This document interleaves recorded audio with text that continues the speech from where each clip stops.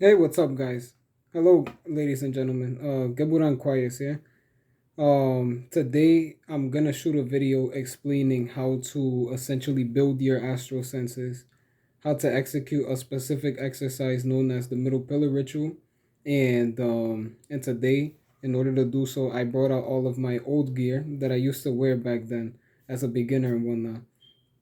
Not necessarily beginner, but let's just say an adept in terms of you know, my occult ascension back then. So yeah, all of this shit I used to wear my magical robe and shit. I used to wear all of this shit back then, and it was quite nostalgic pulling and wearing everything as I am right now. So yeah, in any case, let's get down to it. But I'm gonna begin with, okay, the first aspect of this video is gonna be on the middle pillar ritual, what it is and how to do it, and I'm gonna do everything live so that you guys can tune into it and see how it's executed and whatnot. So the middle pillar ritual simply involves you dealing and invoking the astral energies of the five spheres of creation, or better said, five instead of. In any case, yeah. So the five spheres of creation, which is Kether, Da'at, Tifereth, Yesod, and Malkut. And in layman's terms, or broken down in English, it's simply just the pinnacle. Okay, so it's like the gates of heaven essentially, which represents Kether. Da'at, which is the abyss, which is literally just the astral plane in which all the dead reside, and it's just the abyss. Okay, it's just the astral plane. Just look at it as the astral plane for the sake of this video, because I'm not gonna explain what the hell the whole. I'm not gonna explain the logistics of that, or else I'll be here for another fucking 5 minutes and whatnot. And I'm trying to bang this out as quickly as possible. So the abyss, which is the astral plane, um, and the sun, which is Tifaret, Yesod, which is the moon, and Malkuth, which is earth, which is the ground kingdom essentially. And that is pretty much it. There is nothing else that involves the middle pillar ritual. Okay, so that is pretty much the spheres that you're going to be dealing with for the sake of this exercise. And the way that you execute it is simply just, it involves you reciting the holy names of God that rule over these spheres themselves. Um, the names of the spheres themselves, as well as the names of the ruler of these spheres. Or better said, you can do it in any fashion, in any orderly fashion. It doesn't matter. You can go, the way that you do this is you move on column by column. Okay, so you start with the holy names of God, and the rest you can do them on in however fashion that you like. But I do recommend, for the sake of just doing things, correctly, essentially, you start off with the holy names of God. The other two, you can do it in whatever way, shape, or form that you like. So, for example, okay, if I'm gonna start off the middle pillar ritual with Kether, which obviously you do start it off with Kether, which is the highest sphere of the Sephiroth, or the Tree of Life, you essentially go like this, okay? Just a quick example. Eheye, which is the name of the holy name of God that rules over Kether, or that's better said, placed on top of Kether. So Eheye, Metatron rules over Kether. So Eheye, Metatron, and then you say Kether. Eheye, Metatron, Kether, and then that's pretty much it. And you simply make your way all the way down until you finished off all of these five, until you finish off in total all of these spheres. Okay, so that is pretty much all. And now I'm gonna begin executing an example. I'm actually literally gonna do the middle pillar ritual right now in front of you guys, just so you can essentially get the gist of how to execute it.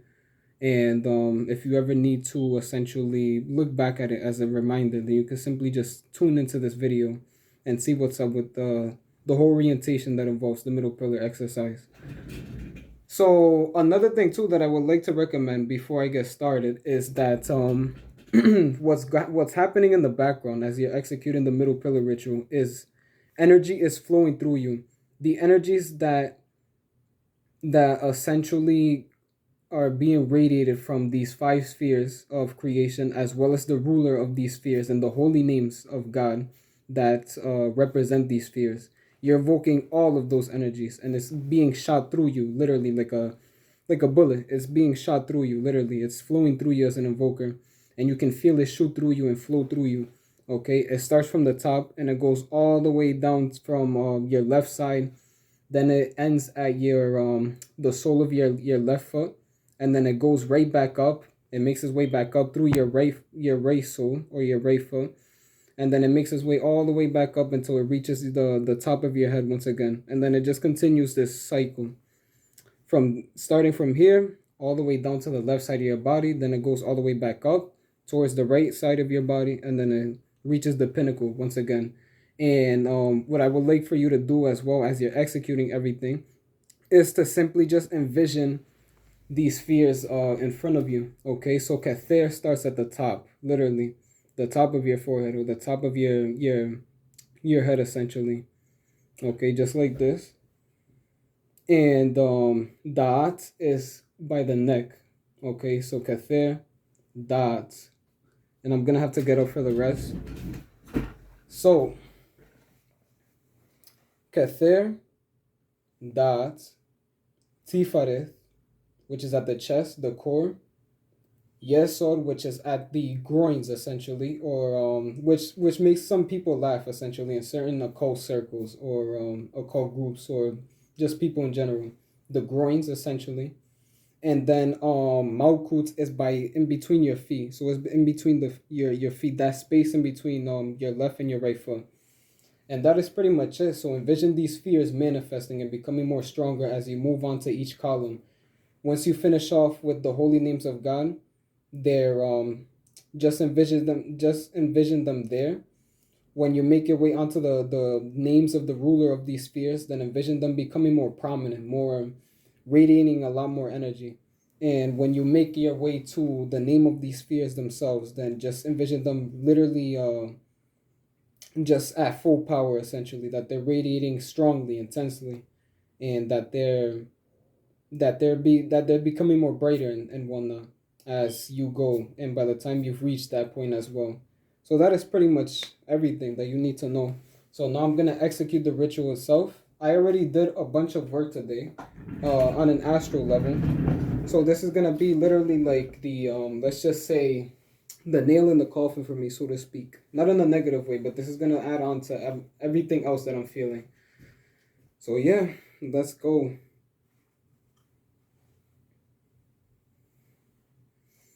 So what you're gonna wanna do is essentially stand nice and straight, just like this. You're gonna wanna maintain this nice straight posture throughout the entire ritual itself, and just begin with the holy names of God at first. You can say them in however way that you'd like. You don't have to recite them in the same way that I do, but it's recommended that you do recite this in a chanting way. So in the way that I do so. But in general, as long as your intent is pure and you're trying to essentially successfully execute the middle pillar ritual, then you're good to go. You can say, you can even whisper these names. It doesn't matter. You can say it in your head. It doesn't matter. So yeah, it's all up to you. But just repeat after me and basically execute everything after me.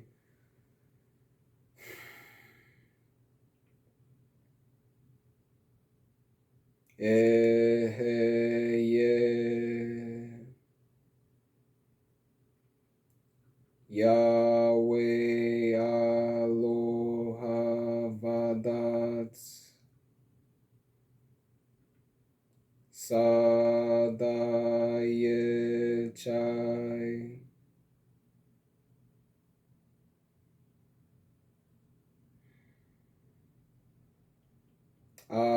Adonai Haaretz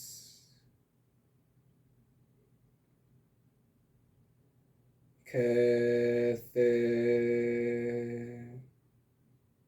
Tifaretz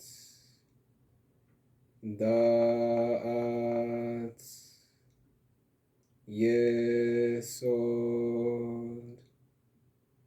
Malkut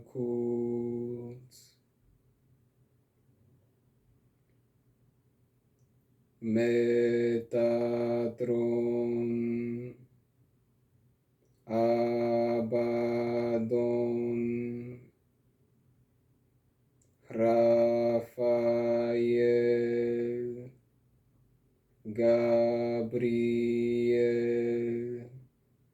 Sandofon.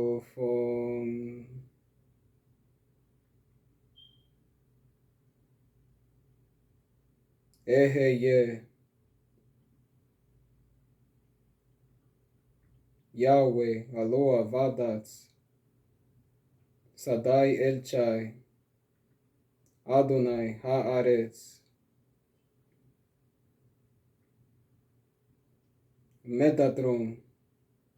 Abaddon. Raphael. Gabriel. Sandalphon.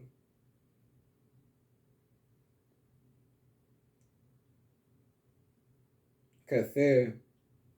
Dats. Tifareth. Yesod. Malkut.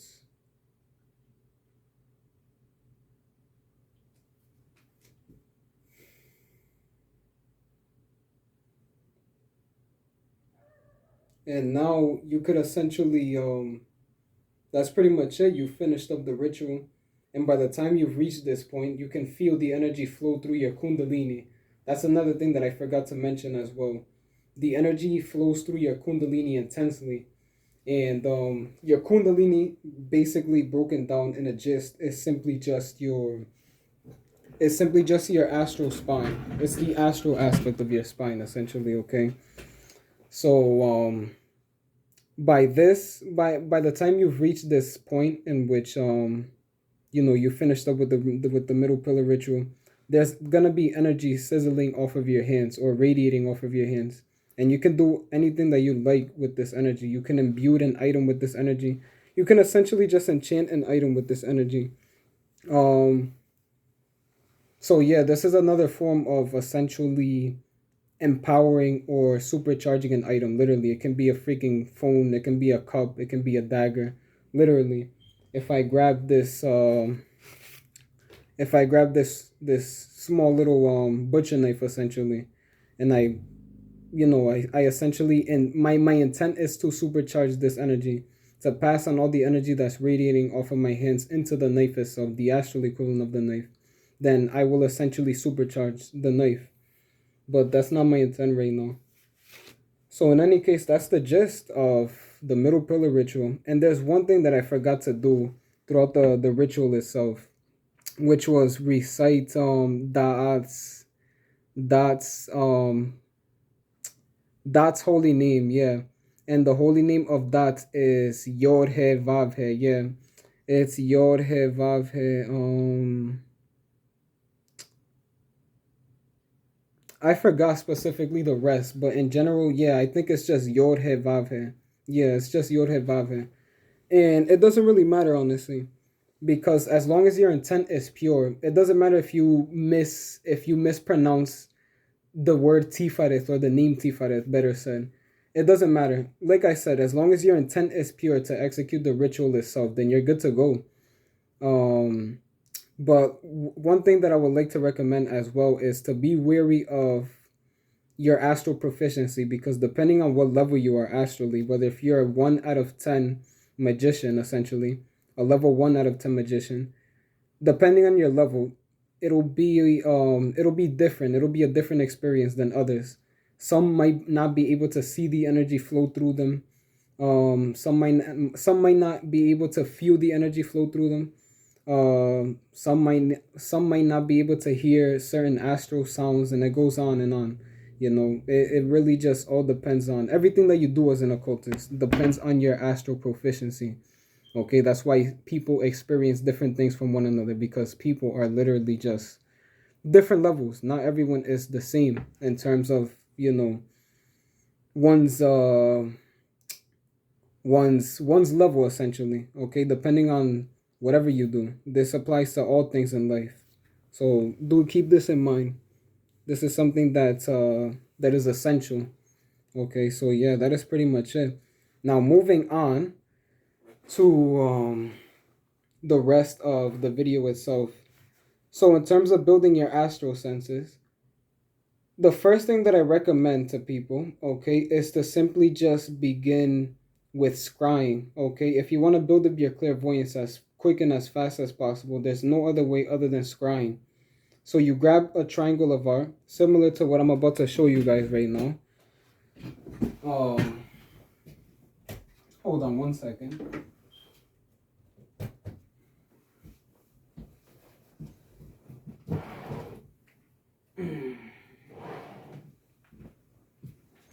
Oh, it's dusty. It's been a while since I've done any of this, okay? Since I've wore all of this so-called gear, since I've literally executed the middle pillar ritual because I'm way past all of this, and since I've ever even pulled this out, this small triangle of art, this literally is really dusty. I have not used this in such a long time, but in any case, doesn't matter. This is what I recommend. You don't actually literally need this whole setup. All you need is the crystal ball right here, literally. Okay, it doesn't matter what size it is. It literally does not matter. Okay, as long as you have a crystal ball, then you're good to go. The only occult magical implement that you need in order to build your astral senses is literally the crystal ball. You don't need this, which is it's called the Enochian Leman of Protection. You don't need the robe itself. You don't need anything. You don't need a stole. You don't need a fucking dagger. You don't need a wand. You don't need anything but the crystal ball. And the way that this works is you simply just set it up, just like how it is in front of me, okay? And you simply just look at it, okay? You calm your mind though before you do so. This is essential. This is critical to anything that you do of an occult nature. Okay? It doesn't matter if it's astral traveling, tuning into the Akasha. It doesn't matter. You simply clear your mind, okay, by willing yourself. Okay, my mind is clear, everything is good to go. I am calm, cool, and relaxed, and it goes on. Once you feel that your mind is clear and that you're good to go, you're in the right state of mind or right state of being, then you simply just sit back, grab a nice comfortable chair, and you just look at the triangle of art or the crystal ball itself. And I recommend that you do this in the dark, okay? You do this in the dark and you essentially set up a candle nearby. It doesn't have to be a candle, but a light source essentially, so that you can see what is happening, and make sure that you set the light source up in a way that the light itself is not bleeding on the crystal ball. You have to make sure that the crystal ball is visible, but that the light is not it's not bleeding through the glass itself. Okay, the crystal ball needs to be black. The back of this triangle of art is black, so I need to be able to see the crystal ball, the background of the triangle of art. I need to make sure that the crystal ball is visible and that the background is black and that there's no light bleeding through or anything like that. Once everything is good, the light is turned off, you're sitting on your chair, the light source that you set up in the background so that you are able to see what's going on, as well as the triangle of art in front of you or the crystal ball, and it's not bleeding through the crystal ball itself, then you're good to go. All you have to do is sit back and at least scribe for at least 30 minutes to an hour. It all depends on how much you would like to partake in terms of, how long you want to execute this astral training essentially. But I do recommend 30 minutes to an hour. For others, if you would like a little bit more, if you would like a lot more time in terms of, honing your astral senses, then an hour at best. And you do this every day, literally, throughout the course of at least 3 months or 4 months. Okay? And yes, this might sound long, but magic in general is long. Nothing that lasts forever, or nothing that is everlasting in general, nothing that is mention worthy or noteworthy, okay, nothing that is remotely positive is achievable overnight, okay? Nothing works like that, okay? And if it does, then it'll only last for a second, okay? Like a get rich quick scheme, which literally by the next day is gone. All the money is gone. The same applies to the astral. Everything takes time, and when it comes to scrying, this definitely does take time in terms of building your clairvoyance. So I recommend that you simply just do this every single day for 30 minutes to an hour throughout the course of 3 months, essentially, or 4. But in general, it takes the average person to unlock their third eye um, a year to half a year, essentially. But it all depends, really. It all depends. Disregard that. That's my planetary card. But like I said, it all depends. Now, moving on from scrying, let me set this aside. is building your clear audience, so your astral ears essentially. When it comes to your astral ears, this is pretty much the easiest exercise that you can possibly undergo or execute besides astral traveling, because astral traveling is another easy task, and I'm thinking about if I should astral travel right here during the video itself. I don't know, I'll think about it. But in general, when it comes to building your clear audience, all you have to do is sit back just like how I am right now.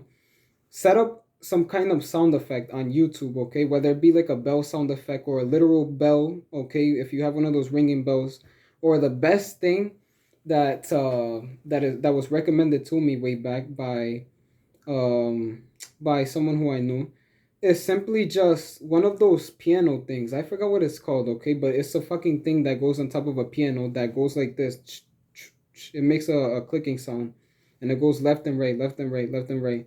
That, okay? And to set that up on a table or something, and you simply just close your eyes, you clear your mind once again, and you simply just listen to it. All you have to do is just listen to it, and listen to it for at least 15 to 20 minutes. And you do this every day. Once again, the same applies to the same that applies to scrying applies to this, but it's shortened. Because I don't recommend that you listen to a sound for at least an hour. I mean, no, that's torture. But yeah, in general, 15 to 20 minutes at best. If you would like to go all out and make sure that you really make your astral body used to the astral essentially, then 20 minutes at best. And you do this every day throughout the course of 3 to 4 months, and you basically just listen to it. There's nothing else that I could say. It's pretty much that easy. You just listen to it, okay? And at some point, once the 20 minutes finish up or the 15 minutes finish up, you stop the sound, whatever it is, okay? Whether if it's a bell, whether if it's that piano thing that I recommended, or whether if it's just a sound, some kind of sound effect that you throw on YouTube that's playing off of your phone. You pause the video or you pause the sound, however you can, and listen to your ears and see. I mean, listen, just basically focus, okay, and see if you can hear the sound still playing, but this time in the astral. See if you can still hear the sound playing with the sound effect video on pause.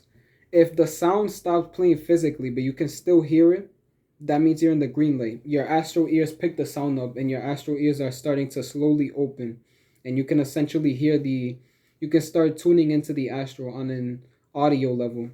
And yeah, that is pretty much it in terms of building up your clear audience, your astral ears. Now, moving on to astral traveling. Once you finished up with the middle pillar, once you finished up with building up your clairvoyance, okay, once you finished up with building up your clear audience, then the next step is astral traveling. Okay?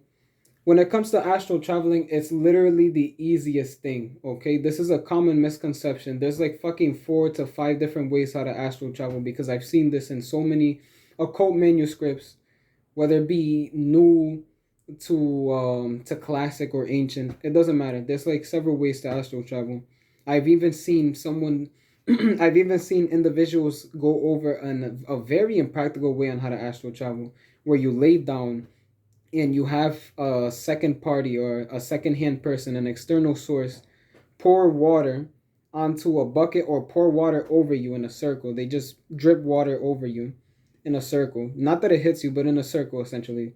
They trace out a circle with water, and the sound effect of the water essentially helps alleviate and basically separate your astral body from your physical, and then you're good to go. No, that's way too impractical. That's way too impractical. The point of this is essentially building up your astral senses and becoming an occultist as quick and as effectively as possible. And the way that I'm going to tell you how to astral travel is simply just you lay back, okay? You can do this either sitting down, but I really do highly recommend that you do this sitting down, because if you're a beginner and you're learning how to astral travel, if you do it on your back laying down, you're gonna fall asleep, and you can mark my words, literally, you're gonna fall asleep, okay? You're literally gonna fall asleep. I also had this happen to me several times as well. So yeah, I don't recommend that you do this as a beginner laying down, okay? And I saw that as well. A lot of occult sources out there essentially, when they teach you how to astral travel, they tell you to lay back. No, you don't need to lay down, okay? I can do this standing up, literally. I can astral travel standing up. but it is uncomfortable. But I can do it standing up. It's possible. Anyways, just sit down. Okay. The only all of these exercises involve you sitting down on a chair. The only one that doesn't is the middle pillar because it's a ritual. It's an exercise. So yeah, I'm gonna basically execute it right now for you.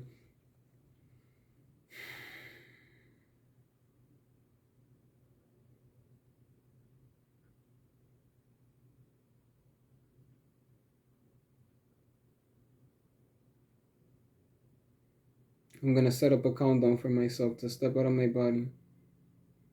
10, 9, 8, 7, 6, 5, 4, 3, 2, 1, 0.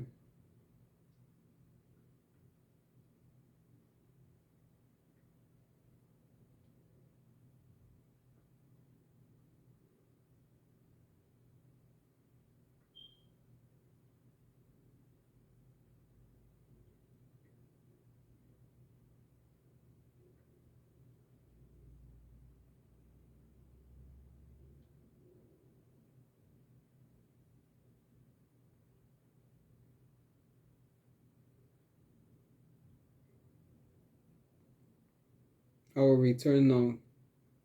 10, 9, 8, 7, 6, 5, 4, 3, 2, 1, 0.